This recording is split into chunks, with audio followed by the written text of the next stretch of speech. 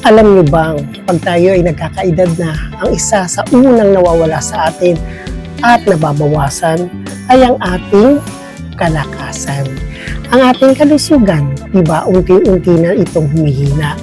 Pero alam niyo ba kung paano masusustain natin ito o maibabalik natin ang dati nating lakas? Yan ang ating pag-uusapan ngayon dito sa aking My Journal in Motion sa Love Life with myself and I, this Alexander YouTube channel.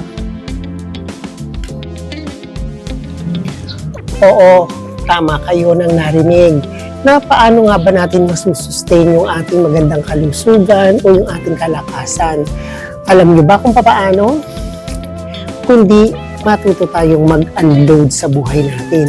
Yung bang magbawas tayo ng mga bagay na hindi naman dapat natin dinadala sa ating pang-araw-araw na buhay. Katulad ng mga hindi dapat nating mga iniintindi o pinoproblema natin. At syempre, magbawas tayo ng mga taong hindi naman natin kailangan sa ating buhay. Diba? Katulad ng mga kamag-anak, mga tao sa paligid, o mga kaibigan. Mamimili lang tayo kung sino ang karapat-dapat na magbibigay sa atin ng sapat na magandang good vibes, ika nga, sa ating buhay, sa ating pang-araw-araw na paglalakbay dito sa mundong ating ginagalawan. Oo, hindi naman natin maiiwasan ng mga problema sa buhay, pero piliin na lamang natin yung ating mga laban, yung ating mga tinatawag na hindi naman natin dapat problemahin at problema pa natin. Mamimili na lang tayo para hindi maubos yung ating lakas. Kasi syempre, di ba, kung nagkakaedad na tayo, limitado ang galawan. Kaya, dapat tayong mag-unload sa ating buhay. Oo, tama yan. Kasi mag-unload tayo o magbabawas tayo ng mga tao sa buhay natin na wala namang relevance sa atin, di ba? Piliin na lang natin yung mga taong talagang concern sa atin, yung talagang nagmamalasakit, yung talagang nandyan sa lahat ng oras ng ating pangangailangan. Kasi gano'n naman talaga ang buhay. Hindi ba't parati tayo may taong kaaga-agapay? Alam mo na yung finish nila, di ba? At ang isa pa na makakagaang ng ating buhay sa mundong ibabaw ay ang panalangin. Parati natin isasangguni sa ating poong may kapal ang ating mga suliranin kasi siya lang naman ang tanging paraan at nakakaalam ng kasagutan sa ating mga pinagdaraanan.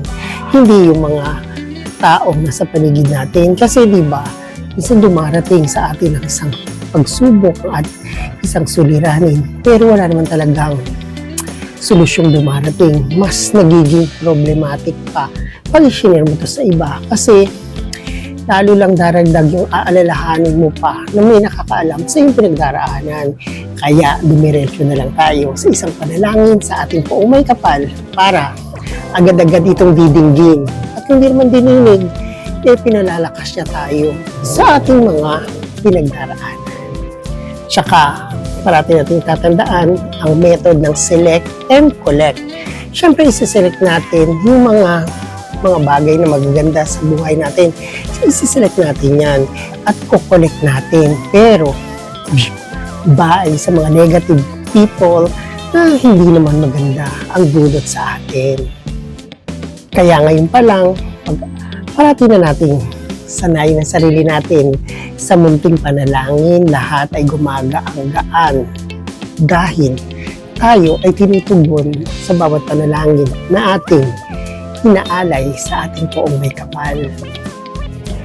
At syempre, ang isa pa sa natutunan ko sa mundong ito para gumaang aking pakiramdam ay yung lawakan natin ang ating pangunawa at tawakan natin ang ating pag-iisip, diba? At habaan natin ang ating pasensya. Kasi diba, minsan mahilig tayo magtampo pag yung merong mga kaibigan o kamag-anak na hindi tayo naalala o natulungan. Huwag ganon. Kasi minsan baka kasabay natin sila sa mga problema na ating pinagdaraanan. Hindi nga lang pareho ng tinatawag nating pagsubok na ating pinagdaraanan, baka pareho lang tayong tugmok sa kalungkutan at pinagdaraanan sa buhay. Kaya huwag tayong magtatampo. Unawain natin sila kasi baka sabay lang tayo sa mundong ibabaw na may pinagdaraanan. Kaya yun habaan ng ating pasensya, lawakan natin ang ating pag-iisip at bigyan natin sila ng hustisya. Kasi, syempre, at naman tayo yung tinatawag na up and down. Kaya, unawaan. Sa pamagitan ng panalangin, dito natin makakamtan ang bawat isa sa atin ay may pananagutan. At, syempre, kung pinapanalangin natin sila, pinapanalangin nila tayo, lahat tayo ay gumagaang-gaang sa ating buhay na ating pinagdaraanan. O diba, sa ganitong mga pamamaraan, sa mga good vibes, sa ating mga prayers, sa ating pag-select ng mga good people, good person sa buhay natin, o diba, muli tayong lumalakas at hindi nasasagad ang ating kalusugan. Hindi ba? Hindi ito natatapos lamang sa isang araw, kundi sa pang-araw-araw natin ito sisimulan ang paghatid sa atin ng good vibes sa bawat pagpili natin. Suliranin man ito, tao man ito, o mga pangyayari sa ating buhay.